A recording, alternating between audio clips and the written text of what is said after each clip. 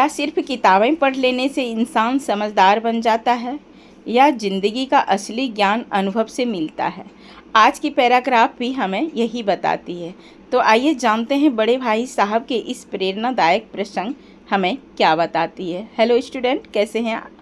आशा करती हूँ आप सभी अच्छे होंगे। चलिए इस पैराग्राफ को रीड कर लेते हैं। यह पैराग्राफ हमें बताती है कि एक दिन संध्या समय था। संध्या का मतलब है शाम का समय था। हॉस्टल से दूर मैं एक कनकौवा लूटने बेतहाशा दौड़ा जा रहा था। कनकौवा क्या होती है? जो एक पतंग दूसरे पतंग को काटती है, टकराकर जब कटती है तो वो हम लोग बचपन में भी दौड़ते थे लूटने के लिए। तो वही छोटे भाई साहब बेतहाशा दौड़ पड़ा। हॉस्टल में रहते थे और कोई पतंग उड़ा रहा था और कट के गिर गई तो वह बेतहाशा दौड़ा जा रहा था। हम यहाँ बचपन में हम लोग इसको गुड्डी बोलते थे।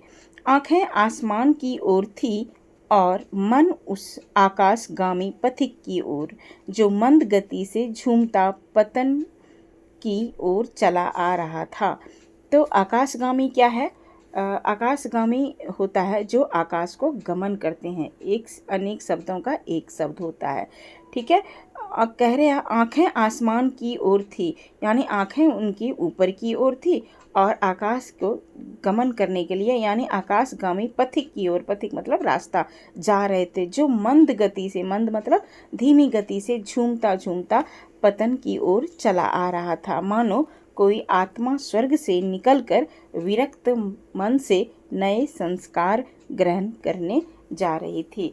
विरक्त मतलब होता है जब सांसारिक मोह माया यानी अपनी इच्छा को खो देते हैं, यानी जब मौत होती है ना तो उनसे एक लगाव हो जाता है, मोह माया होती है, वही उसे कहते हैं विरक्त। तो वही यह बता रहा है कि मानो कोई आत्मा स्वर्ग से निकलकर विरक्त मन से नए संस्कार ग्रहण करने जा रहा है, ऐसा लग रहा था उनको। बालकों की पूरी सेना लग्गे और झाड़दार बांस के लिए इनका स्वागत करने को दौड़ रही थी। बालकों की पूरी सेना, जब पूरी सेना जो होती है, सेना किसे कहते हैं? एक समूह, या चाहे पुलिस का समूह हो, चाहे बच्चों की समूह हो, टोली हो, उसको कहते हैं पूरी सेना। हम लोग स्कूल में यूज करते हैं, बच्चों को लगता है बालकों की पूरी सेना आ गई। तो वही कह रहा, बालकों की पूरी सेना लग्गे और झाड़दार बांस लिए उनका स्वागत करने को दौड़ रही थी। यहाँ पर लग्गे का अर्थ होता है शुरू होना यानी गिरना, और झाड़दार बांस के मतलब होता है कि लगातार बारिश कहिए, जैसे मूसलाधार लगातार बारिश होती है, यानी तो बारिश का लंबा छोटा दौर, जैसे कभी रुक कर कभी रफ्तार तेज़ से बारिश होती है ना, तो वैसे ही। लेकिन यहाँ एक एग्जाम्पल देके, उदाहरण देकर समझाया है, बालकों की पूरी सेना लग्गे और झाड़दार बांस के लिए इनका स्वागत करने को दौड़ी आ रही है। किसी को अपने आगे पीछे की खबर न थी, यानी कभी भी किसी को आगे पीछे क्या होने वाला था कोई खबर नहीं थी। सभी मानो उस पतंग के साथ ही आकाश में उड़ रहे थे। ऐसा लग रहा था कि जो जितने भी थे सब पतंग के साथ ही आकाश में सब उड़ रहे थे। जहाँ सब कुछ समतल है, समतल मतलब जो उसका तल बराबर हो उसे कहते हैं समतल। जहाँ कोई रुकावट ना हो, टेढ़ा मेढ़ा ना हो, वह उसे समतल कहते हैं। ना मोटर कारें हैं, ना ट्राम है, ना गाड़ियाँ। मोटर कारें ना ट्राम, ट्राम कहते हैं ट्रॉली को, और ना गाड़ियाँ। सहसा भाई साहब से मेरी मुठभेड़ हो गई। तो सहसा मतलब अचानक। अचानक क्या हुआ? जब वो गाड़ी, वहाँ कोई नहीं था, समतल था बिल्कुल, और वहाँ अचानक उनके बड़े भाई साहब से मेरी मुठभेड़ हो गई। किससे? छोटे भाई साहब को बड़े भाई साहब से। ये तो चोरी छिपे पतंग लूट रहा था, वहाँ मस्ती कर रहा था, लेकिन यहाँ अचानक क्या हो गया? बड़े भाई साहब से उनकी मुठभेड़ हो गई। मुठभेड़ का मतलब होता है जहाँ दो लोग बीच में टकराव हो जाता है। सपोज एक तरफ से आप जा रहे हैं, कई बार अक्सर मार्केट में सबके साथ होता है, कई बार हम जा रहे हैं अपने धुन में और दिमाग कहीं और है, तो उधर से कोई आ रहा है तो टकराव हो जाता है एक दूसरे से, इसे कहते हैं मुठभेड़। तो जो शायद बाजार से लौट रहे थे, तो कौन लौट रहे थे? बड़े भाई साहब। उन्होंने वहीं हाथ पकड़ लिया।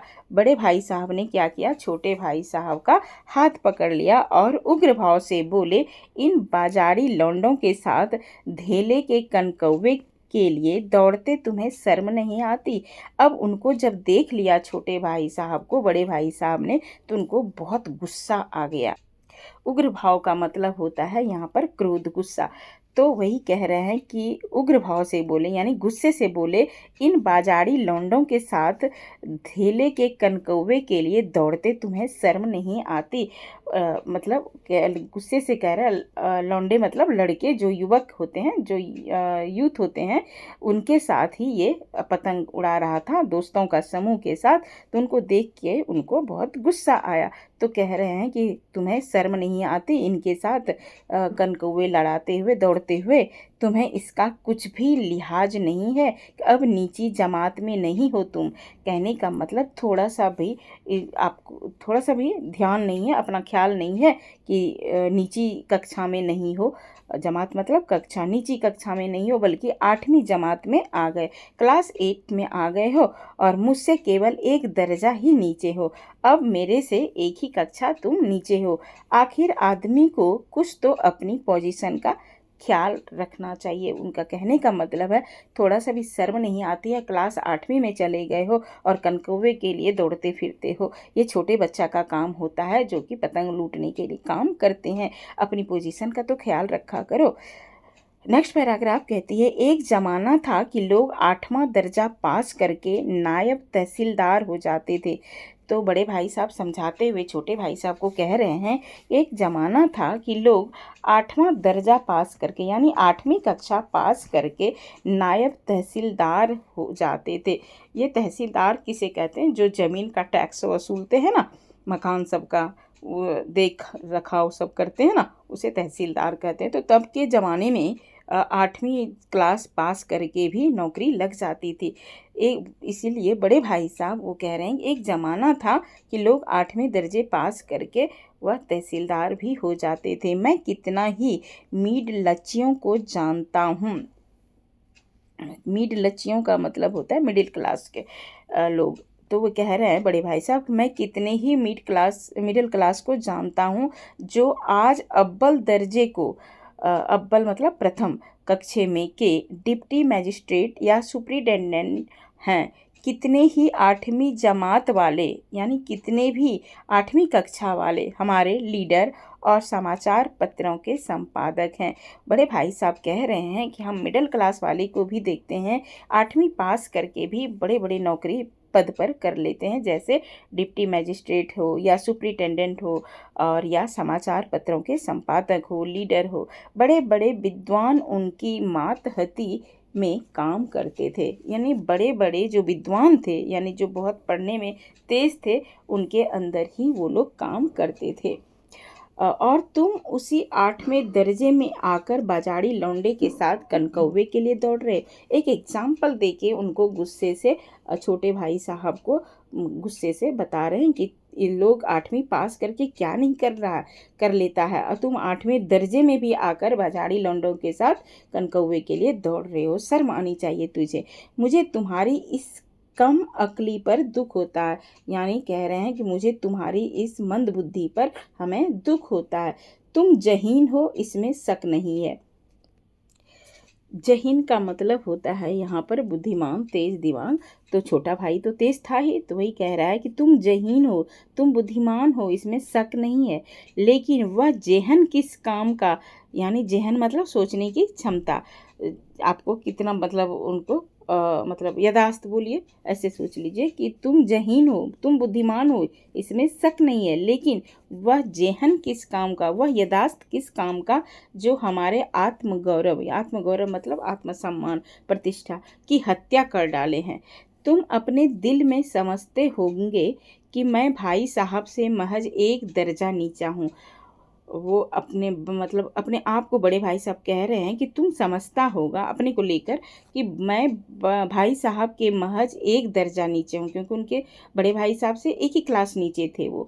और अब उन्हें मुझको कुछ कहने का हक नहीं। पिछले क्लास में उन्होंने यही तो बताया था कि ये तो कुछ पढ़ते नहीं, ये बार बार फेल हो जाते हैं। अब उनको डर नहीं था कि ये हमको कुछ कहेंगे, अब इनका क्या हक चलेगा। लेकिन बाद में वो थोड़े सहम गए थे। तो वही कह रहा है, अब बड़े भाई साहब आज कह रहे हैं इस पैराग्राफ में कि तुम मेरे से महज एक दर्जा नीचे तो हो, अब उन्हें मुझको कुछ कहने का हक नहीं। तुम्हारे मन में यही चल रहा होगा, अब ये क्या कहेंगे, लेकिन यह तुम्हारी गलती है। ये मत तुम सोचो कि ये गलत है, तुम्हारी सोच गलत है। मैं तुमसे 5 साल बड़ा हूँ। अब ये कह रहे हैं दर्जे में भले हम एक क्लास तुम्हारे नीचे हैं, तो सॉरी, तुम मेरे से नीचे हो, लेकिन मैं तुमसे उम्र में 5 साल का बड़ा हूँ। और चाहे आज तुम मेरी ही जमात में आ जाओ, यानी चाहे आज तुम मेरी ही क्लास में क्यों ना आ जाओ, और परीक्षकों का यही हाल है। परीक्षक किसे कहते हैं? जो कि कॉपी चेक करते हैं, निरीक्षण करते हैं। तो निसंदेह, बिना संदेह का अगले साल तुम मेरे समकक्ष हो जाओगे। बिना संदेह का अगले साल तुम मेरे समकक्ष मतलब बराबर कक्षे में आ जाओगे, और शायद 1 साल बाद मुझसे आगे भी निकल जाओगे। क्योंकि ये फेल हो जाते थे, वो पढ़ने में बुद्धिमान था, तेज था, तो पढ़ता रहता था खेल कूद करके भी। तो वो कह रहा है, बड़े भाई साहब कह रहे हैं, हो सकता है तुम इतनी तेज हो कि मेरे से भी आगे अगली क्लास में निकल जाओगे, लेकिन मुझ में और तुझ में जो 5 साल का अंतर है, उसे तुम क्या खुदा भी नहीं मिटा सकता। वो कह रहे हैं जो बड़े हैं हम 5 साल का, तुम मेरे से 5 साल का छोटा है, तुम क्या, उसे भगवान भी मिटा नहीं सकता है, क्योंकि मैं तुमसे 5 साल बड़ा हूँ और हमेशा रहूँगा। सही बात है। कक्षा में लोग आगे पीछे हो जाता है पढ़ाई की वजह से, लेकिन उम्र जो होती है वह कम और ज़्यादा नहीं हो सकती है। मुझे दुनिया का और ज़िंदगी का जो तजुर्बा है, भले बड़े भाई साहब पढ़ने में तेज नहीं थे, लेकिन उनको जो ज़िंदगी का तजुर्बा मतलब अनुभव, जो दुनिया और ज़िंदगी का अनुभव है, उसकी बराबरी तुम नहीं कर सकते, चाहे तुम MA और DPhil और DLit ही क्यों ना हो जाओ। ये MA मास्टर ऑफ आर्ट्स है, और DPhil और DLit कोई डिग्री है। वही बता रहे हैं उदाहरण के तौर पर कि तुम कितना भी क्यों न पढ़ लो, समझ किताबें पढ़ने से नहीं आती है, दुनिया देखने से आती है। वो कह रहे हैं सिर्फ किताब पढ़ने से, किताब को रटने से हमें समझ नहीं आती है जितना कि दुनिया देखने में आती है। और वास्तविक में यही होता है। सिर्फ किताब पढ़कर आपको किताबी ज्ञान हो जाएगा, आप एग्ज़ाम दे दीजिएगा रट्टा मार के, पास तो हो जाइएगा, आप डिग्री हासिल कर लीजिएगा, लेकिन जो इंसानियत होता है वो बड़ों से ही हमें सीखने को मिलती है। तो बड़े भाई साहब समझा रहे हैं कि समझ किताब पढ़ने से नहीं आती है, बल्कि दुनिया को समझने से आती है। अब यहाँ पर एक अपनी माँ को उदाहरण देते हुए कहा है बड़े भाई साहब ने कि हमारी अम्मा ने कोई दर्जा नहीं पास किया है। उनकी माँ जो थी वो कोई भी कक्षा पास नहीं की। पहले के ज़माने में पढ़ते नहीं थे ना, अब पढ़ाई में थोड़ा ज़्यादा फोकस करने लगे। अब महंगाई इतनी है कि एक छोटे छोटे लोग भी पढ़ लेते हैं, जो गरीब होते हैं वो भी पढ़ लेते हैं, चाहे कैसे भी पढ़ लेते हैं, और वही उन्हीं के बच्चे बन जाते हैं। तो वही कह रहे हैं हमारी अम्मा ने कोई दर्जा पास नहीं किया, और दादा भी शायद 5वीं 6ठी जमात के आगे नहीं गए। जो उनके दादा थे बड़े भाई साहब, छोटे भाई साहब के, वो भी 5वीं 6ठी कक्षा से आगे नहीं बढ़े, यानी क्लास 6 तक ही पढ़े थे। लेकिन हम दोनों चाहें सारी दुनिया की विद्या पढ़ लें, अपने बारे में और छोटे भाई साहब के बारे में कह रहे हैं कि हम दोनों चाहें दुनिया की कुछ भी पढ़ लें, अम्मा और दादा को हमें समझने और सुधारने का अधिकार हमेशा रहेगा। वास्तविक में है, वो उनसे बड़े हैं, कहने का मतलब हमको अम्मा और माँ और दादा हमको समझाएंगे तो हम उन्हीं का बात मांगेंगे और हमेशा मानेंगे, और हमेशा वो हमको सुधारने की कोशिश करते रहेंगे। और इसीलिए तुम मेरे से 5 साल का छोटा है, भले कक्षा में एक साथ रहोगे, लेकिन हमें अधिकार है तुम्हें डांटने का। ठीक है, समझ में आ रही है? केवल इसलिए नहीं कि वे हमारे जन्मदाता हैं, ऐसा इसलिए नहीं कि वो हमें जन्म देने वाली माँ है, इसलिए नहीं, बल्कि इसलिए कि उन्हें दुनिया का हमसे ज़्यादा तजुर्बा है, क्योंकि इसलिए कि ज़्यादा उनको अनुभव है और रहेगा भी। अब अमेरिका में किस तरह की राज व्यवस्था है और 8वीं हेनरी ने कितने ब्याह किए और आकाश में कितने नक्षत्र हैं, यह बातें चाहे उन्हें ना मालूम हो, लेकिन हजारों ऐसी बातें हैं जिनका ज्ञान उन्हें हमसे और तुमसे ज़्यादा है। अब यहाँ पर एक उदाहरण दिया हुआ है। किसका उदाहरण दिया है? कि अमेरिका में किस तरह की राज व्यवस्था है। किस तरह की राज व्यवस्था है बताइए। चलिए सबसे पहले हम इसको जान लेते हैं, राज व्यवस्था क्या है। अमेरिका का राज व्यवस्था क्या था? अमेरिकी संविधान में दुनिया का सबसे पहला संविधान था, जिसे देश का सर्वोच्च कानून माना जाता था। सत्ता के दुरुपयोग रोकने के लिए सरकार ने 3 शाखाओं में बांटा गया। विधायिका यह कानून बनाती थी, पढ़े होंगे आप पॉलिटिकल साइंस में क्लास 10th में। अमेरिकी कांग्रेस जो बनाया था। दूसरा कार्यकारी, यह कानून को लागू करती थी। कौन लागू करते थे? राष्ट्रपति और उनके मंत्रिमंडल। और थर्ड था न्यायपालिका, यह कानूनों की समीक्षा करती थी। तो कानूनों का समीक्षा कौन करता था? Supreme court. यही है अमेरिका की राज्य व्यवस्था। और कह रहा 8वें हेनरी ने कितने ब्याह किए, और ब्याह मतलब होता है शादी, और आकाश में कितने नक्षत्र हैं। तो सबसे पहले जान लेते हैं ये 8वीं हेनरी क्या है और कितने ब्याह किए। आप सोच रहे होंगे कि हिंदी की क्लास में इतिहास, थोड़ा सा बहुत शॉर्ट करके मैं बताती हूँ, बहुत लेंदी में नहीं जाऊँगी। थोड़ा थोड़ा इसलिए बता रही हूँ कि इसमें सब्जेक्ट में है, इसलिए आपको पता होना चाहिए। तो ये 8वां हेनरी क्या है? इंग्लैंड के सबसे प्रसिद्ध राजा, पढ़े होंगे आप इतिहास में, सबसे प्रसिद्ध राजा को हेनरी अष्टम यानी हेनरी 8 कहा जाता था। दिलचस्प बातें यहाँ यह है कि उन्होंने शासन तो किया ही, उसके साथ साथ 6 शादियों के लिए भी प्रसिद्ध थे। कितने शादी किए थे? 6 शादी किए थे। यानी अपनी लाइफ में 6 शादियाँ की थी, जिनमें से कई पत्नियों का अंत हुआ। बहुत दुखद है, पढ़िएगा। अधिक जानने के लिए ना इसको इतिहास में अच्छे से पढ़िएगा, हम तो यहाँ आपको संक्षेप में बता रहे हैं। बहुत ही इंटरेस्टिंग आने वाली इनकी कहानियाँ। यह तो हिस्ट्री टफ सब्जेक्ट है, लेकिन एक स्टोरी टाइप से जो होती है ना, इसलिए पढ़ने में हमें आनंद मिलती है। अब बताते हैं क्यों उनका अंत दुखद थी। उनकी कहानियाँ ऐसा था क्योंकि वो जब शादी किए थे 6 पत्नी, पहली शादी जो किया था उन्होंने, एक बेटा पाने की चाहत में उन्होंने बार बार शादियाँ करते थे। जब उनकी पहली शादी हुई तो उनको मना कर दिया। क्यों? उन्होंने कैथोलिक चर्च से नाता तोड़ लिया था। इसलिए उन्होंने खुद को यानी अपने आप को चर्च का प्रमुख घोषित कर लिया, खुद अपने आप को कर लिया था, जिसे इंग्लिश रिफॉर्मेशन भी कहा जाता था, यानी अंग्रेज का सुधार आंदोलन चलाया था। ठीक है। वह 24 वर्ष में पहले शादी किया था। कितने वर्ष के थे? कौन? हेनरी 8। ध्यान रखिएगा, 24 वर्ष के थे तब उन्होंने पहली शादी रचाई थी। ठीक है। अब पहली शादी में बेटी हो गई उनको, जिनका नाम है मैरी प्रथम रखा। लेकिन जब उनको बेटा के चाहत के लिए उन्होंने शादी किया था, उनको मैरी प्रथम जो बेटी हो गई ना, उनसे उनका तलाक हो गया। राइट। अब दूसरी शादी किससे किया? हेनरी ने 3 वर्ष के लिए शादी किया था। दूसरी शादी के लिए उन्होंने क्या किया? पूरा धर्म बदल दिया। क्यों बदल दिया? जो दूसरी पत्नी थी यानी वाइफ थी एलिजाबेथ, वह प्रथम महान रानी थी जिनको बेटा नहीं हुआ, उनको भी बेटा नहीं हुआ एलिजाबेथ से। दूसरी जो शादी किया तो गुस्से से क्या किया उन्होंने? सिर कटवा लिया था। अब तीसरी शादी है, 1 वर्ष के लिए उन्होंने किया था, लेकिन उनसे बहुत ही प्यार करते थे अपनी वाइफ से। उनसे एक बेटा हुआ, लेकिन दुर्भाग्यवश प्रसव के कारण यानी डिलीवरी के कारण कुछ ही दिनों के बाद इन्फेक्शन के कारण बच्चों की मृत्यु हो गई। तो 3 शादी हो गया था। और उसके बाद चौथी शादी जब 6 महीने के लिए किया था उन्होंने, वह एक राजनीतिक शादी थी। उनकी तस्वीर और पेंटिंग देखकर शादी किया था, लेकिन जब देखने इंग्लैंड पहुँचे तो असली चेहरा उनको पसंद नहीं आई।